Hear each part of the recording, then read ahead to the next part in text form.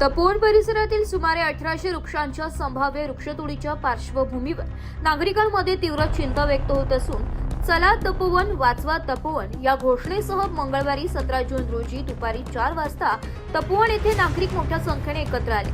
आगामी 19 जून रोजी या प्रकरणावरील महत्त्वाचा निर्णय जाहीर होणार असल्याने तपोवन बचाव आंदोलनाला आणखी धार प्राप्त होत असल्याचे चित्र दिसून येत आहे। तपोवन वाचवा चळवळ नाशिक यांच्या वतीने आयोजित या भेटी दरम्यान नागरिकांना प्रत्यक्ष तपोवन परिसर पाहण्याचे आणि वृक्ष संवर्धनाच्या लढ्यात सहभागी होण्याचे आवाहन करण्यात आले। निर्णय काही असो, वृक्षतोडीच्या विरोधात ठामपणे उभे राहून तपोवनातील वृक्ष वाचवण्याचा संकल्प करूया असे आंदोलनकर्त्यांनी यावेळी सांगितले। यावेळी उपस्थित नागरिकांनी नाशिक वाचवा तपोवन वाचवा अशा घोषणा देत पर्यावरण संवर्धनाचा निर्धार व्यक्त केला। तपोवन आंदोलनाची धार दिवसेंदिवस वाढत असून अधिकाधिक नागरिक या चळवळीत सहभागी होत असल्याचं आंदोलनकर्त्यांनी सांगितलं। तपोवन परिसरात मानवी साखळी करून जनजागृती करण्याचा निर्णयही यावेळी घेण्यात आलाय।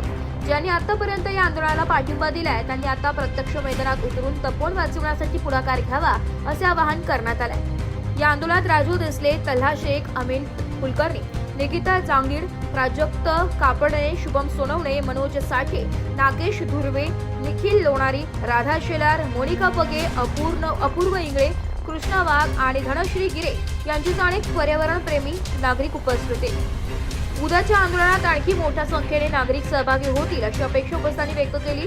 तपोवनातील वृक्षसंपदा आणि पर्यावरणाचे संरक्षण करण्यासाठी नागरिकांनी एकत्रित येण्याची गरज असल्याचं मत यावेळी व्यक्त करण्यात आलं। चला तपोवन वाचवा तपोवन, आपला ऑक्सिजन वाचवण्यासाठी एकत्र येऊया असा संदेश देत आंदोलनकर्त्यांनी नाशिककरांना या पर्यावरण चळवळीत सहभागी होण्याचे आवाहन केले। ब्युरो रिपोर्ट, नाशिक लोकशाही न्यूज।